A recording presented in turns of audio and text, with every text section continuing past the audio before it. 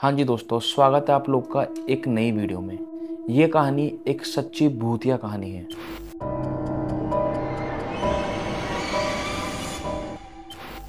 ये कहानी दिल्ली और जयपुर हाईवे की है, जहाँ रात को हाईवे के बीचों बीच एक ऐसा हादसा हो जाता है एक इंसान के साथ कि उसने कभी सपने में भी नहीं सोचा होगा। वो इंसान ना चाहते हुए एक ऐसी सिचुएशन में फंस जाता है कि वो आज तक पछता रहा है कि वो वहाँ पर क्यों गया। और कभी कभी हम लोग के साथ भी ऐसा होता है कि हम चाहते नहीं हैं कि उस जगह जाएं या फिर उस सिचुएशन में आएं, बट फिर भी आसपास का एनवायरनमेंट हमें उस सिचुएशन में भेज देता है। दोस्तों, ये कहानी है अभिषेक की। अभिषेक हाल फिलहाल में अभी दिल्ली से आया था जयपुर अपनी जेई की तैयारी करने के लिए, और वो जयपुर में अपने दोस्त के साथ रह रहा था जिसका नाम था विशाल। विशाल और अभिषेक दोनों एक रूम में एक साथ रहते थे, एक पीजी में। विशाल अपनी गवर्नमेंट जॉब कर रहा था और अभिषेक अपनी पढ़ाई की तैयारी कर रहा था। ये दोनों दोस्त बहुत पक्के यार थे और उनकी दोस्ती स्कूल टाइम से चली आ रही थी। विशाल एक बहुत हेल्पफुल नेचर का इंसान था और उसने काफ़ी मदद की थी अभिषेक की जब वो जयपुर आया था। इन दोनों दोस्तों ने कभी सोचा नहीं होगा कुछ दिनों बाद इनके साथ एक ऐसा हादसा होने वाला है कि जो इनको जिंदगी भर तक याद रहेगा। ये बात है दिल्ली और जयपुर हाईवे की। रात के 10 बज चुके थे। उस रात अभिषेक पढ़ाई कर रहा था और विशाल अभी तक घर लौटा नहीं था। ठीक 10 बजे अभिषेक के पास फ़ोन आया विशाल का और उसने बोला कि इस एड्रेस पे अभी के अभी पहुंच जाओ। वो एड्रेस एक हॉस्पिटल का था और ये एक इमरजेंसी कॉल थी जहां विशाल ने बोला था कि अभी के अभी वो उस हॉस्पिटल उस एड्रेस पे पहुंच जाए। वो हॉस्पिटल अभिषेक की पीजी से 45 मिनट दूर था। वो बिना कुछ तैयारी करे, बिना कुछ सामान लिए वहाँ से निकल जाता है और हॉस्पिटल के लिए रवाना हो जाता है। वहाँ पहुंचकर पता लगता है कि विशाल का एक कलीग है जिसका नाम है वैभव, और हार्ट अटैक की वजह से वैभव की डैड की डेथ हो जाती है ऑन द स्पॉट। और वहाँ पहुंचकर पता लगता है कि वैभव के डैड बहुत टाइम से हॉस्पिटल में एडमिट थे और 6 दिनों के बाद उनकी हार्ट अटैक की वजह से हॉस्पिटल में ही मौत हो जाती है। वैभव अपने मॉम और डैड के साथ जयपुर से थोड़ा दूर ही रह रहा था और उस दिन की रात थी। वैभव को कुछ समझ नहीं आ रहा था कि वो क्या करे, क्योंकि आसपास उसका कोई भी रिलेटिव नहीं था।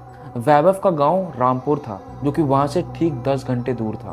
वैभव ने तुरंत अपने रिश्तेदारों को फ़ोन लगाया और उनसे बात करी, और रिश्तेदारों ने ये बोला कि वो तुरंत डेड बॉडी को वापस गांव ले आए ताकि उनका अंतिम संस्कार कर पाए।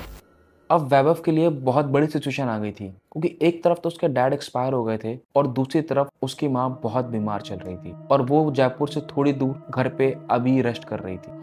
उनको इस बारे में कुछ भी नहीं पता था और वैभव अपनी माँ को इस बारे में बताना भी नहीं चाहता था। वो चाहता था कि वो अपनी माँ को तब बताए जब उसके डैड की बॉडी रामपुर उसके गांव में पहुंच जाए। तो तभी वैभव विशाल के साथ प्लान बनाता है कि वो, उसकी मॉम और विशाल एक गाड़ी में गांव जाएंगे और दूसरी साइड एम्बुलेंस में डेड बॉडी के साथ अभिषेक चले जाएगा। ये सब कुछ हो जाने के बाद ही विशाल ने अभिषेक को फोन किया था और फौरन हॉस्पिटल की तरफ बुलाया था। जब फाइनली अभिषेक हॉस्पिटल पहुंचा तो उसको सिचुएशन का पता लगा। उस टाइम पे वैभव और विशाल सारा पेपर वर्क, डॉक्यूमेंट और एम्बुलेंस का इंतजार कर रहे थे और अब तक रात के 12 बज चुके थे। वो सब लोग रेडी थे किसी तरीके से उसकी मॉम को पिक करें और अभिषेक को एम्बुलेंस में बिठा के रामपुर के लिए रवाना हो जाए।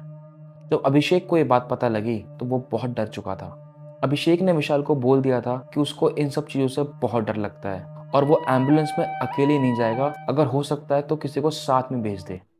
उसने कभी नहीं सोचा था कि रात के 12 बजे वो एक डेड बॉडी के साथ एम्बुलेंस में 12 घंटे की जर्नी करेगा। पर उसके पास और कोई चारा भी नहीं था क्योंकि सिचुएशन बहुत बिगड़ चुकी थी। वैभव को गाड़ी चलानी नहीं आती थी, इसलिए विशाल उनके साथ उस गाड़ी में गया था और इनका और कोई दोस्त नहीं था जो उस टाइम उनके साथ दूसरे शहर जा पाए उस रात को। तो मजबूरी कारण अभिषेक को एम्बुलेंस में जाना पड़ा। अब रात के 12:30 बज चुके थे और एम्बुलेंस हॉस्पिटल पहुंच चुकी थी। अभिषेक हॉस्पिटल में अकेला था और विशाल और वैभव उसकी माँ को लेने घर जा चुके थे और उनका फोन पे ये डिस्कशन हो चुका था, जैसे ही जयपुर हाईवे स्टार्ट होगा तो वो लोग अपनी गाड़ी एम्बुलेंस के पीछे लगा लेंगे। इसका मतलब एम्बुलेंस आगे चलेगी और उनकी गाड़ी ठीक एम्बुलेंस के पीछे।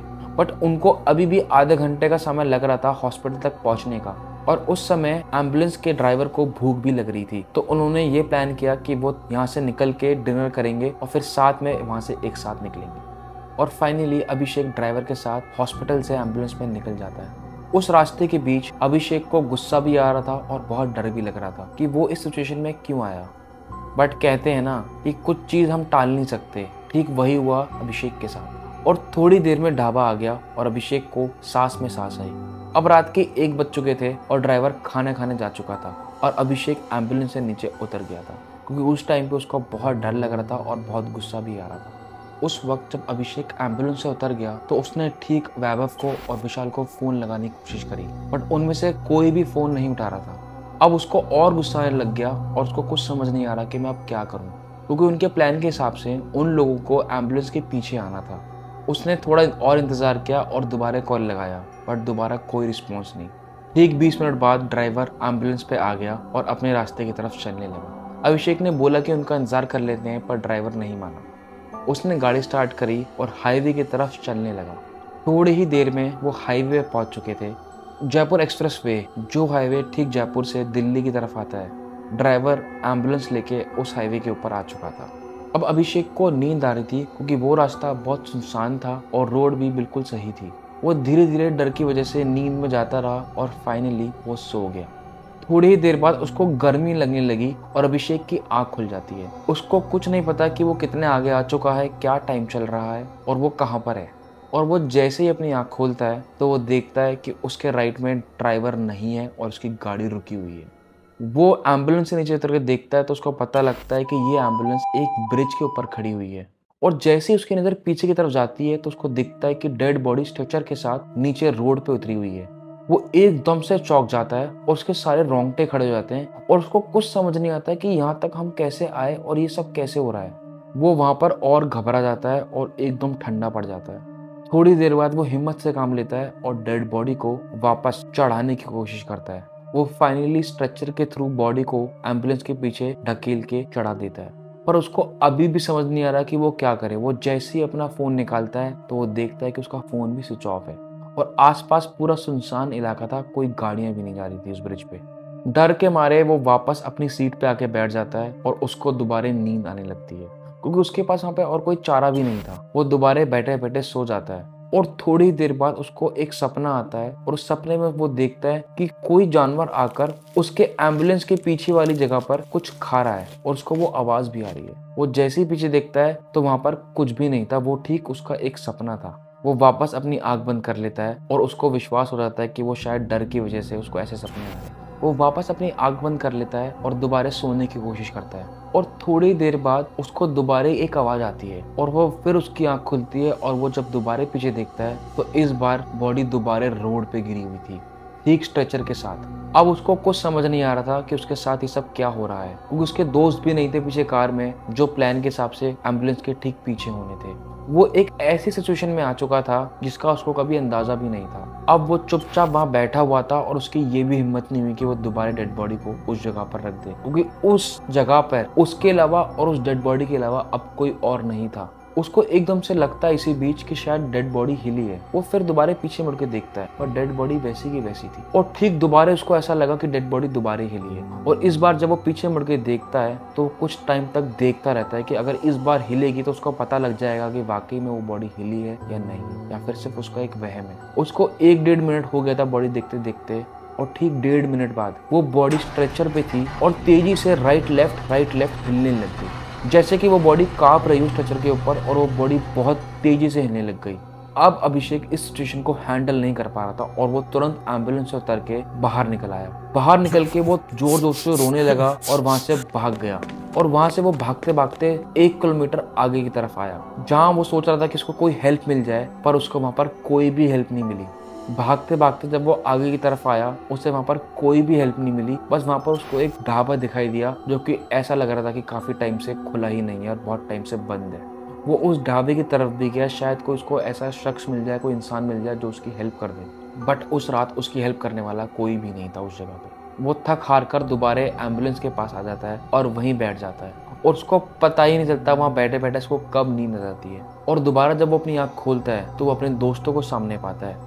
विशाल और वैभव अभिषेक को उठा रहे थे और जब वो अपनी आंख खोलता है वो उन दोनों को सामने पाता है और उन दोनों को वो सब कुछ बता देता है जो उसके साथ हुआ था। वो लोग अभिषेक को बिठाकर और डेड बॉडी को डिग्गी में डालकर तुरंत रामपुर को रवाना हो जाते हैं। उसकी मॉम को अभी भी नहीं पता था कि डेड बॉडी डिग्गी में है और उसके डैड एक्सपायर हो चुके हैं। वो अपने मॉम को एक बहाना मार के लाया था कि उनके रिलेटिव्स में कोई बहुत बीमार हो चुका है और उनको वहाँ जाना है उनसे मिलने। फाइनली वो लोग रामपुर पहुंच जाते हैं और वहां पहुंचकर वो अपनी मॉम को बता देता है उसके फादर एक्सपायर हो गए हैं। वैभव और उसके सारे रिलेटिव्स और सारे परिवार के लोग उसके डैड का अंतिम संस्कार करते हैं। और ये सब कुछ हो जाने के बाद अभिषेक अभी भी बहुत ज्यादा शॉक में था। और ये सब कुछ हो जाने के बाद में पता लगता है कि जिस ब्रिज पर उनकी गाड़ी रुकी थी उसी के ठीक साइड में एक इंसान की कब्र बनी हुई थी और जो ड्राइवर था उसकी डेड बॉडी ठीक पुल के नीचे पाई गई थी। वो ब्रिज के नीचे पानी भरने गया था ताकि वो शौच कर ले और उसने वहीं रात में अंधेरे में बिना कुछ देखे उसी कब्र के ऊपर शौच कर लिया था। और वहां पर कोई साया मौजूद था जिसकी वजह से ये सब हरकतें हुई थी। और ये सब कुछ हो जाने के बाद अभिषेक के घर वालों ने और अभिषेक ने घर पर पूजा रखवाई, क्योंकि काफी दिन तक अभिषेक को कोई सपने में आके बहुत परेशान कर रहा था और बार बार उसकी वही मेमोरीज आ रही थी सपने में। और फाइनली जब सही तरीके से पूजा समाप्त हो गई तो उसको इन सब चीज़ों से मुक्ति मिल गई और छुटकारा मिल गया।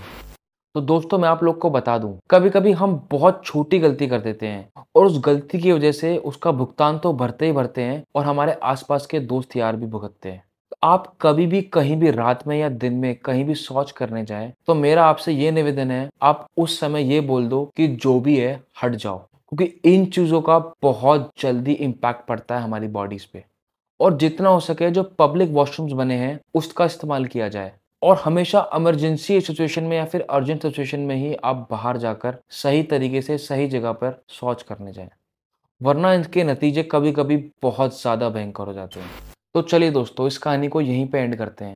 और अगर आपको इस वीडियो में मज़ा आया है तो आप लाइक शेयर और कमेंट करके बताइए मेरे को। और यदि आप लोग के पास अपनी कोई हॉरर रियल स्टोरीज हैं तो वो सब आप मुझसे शेयर कर सकते हैं नीचे दिए गए इंस्टाग्राम लिंक पे और व्हाट्सएप नंबर पे। मैं आप लोग की स्टोरी खुद नरेट करूंगा अपने इसी चैनल पे। तो हाँ जी दोस्तों, अगर आपको ऐसी हॉरर वीडियोस पसंद आई हैं तो अभी के अभी मेरे चैनल को सब्सक्राइब भी कर दीजिए। तब तक के लिए good night and take care.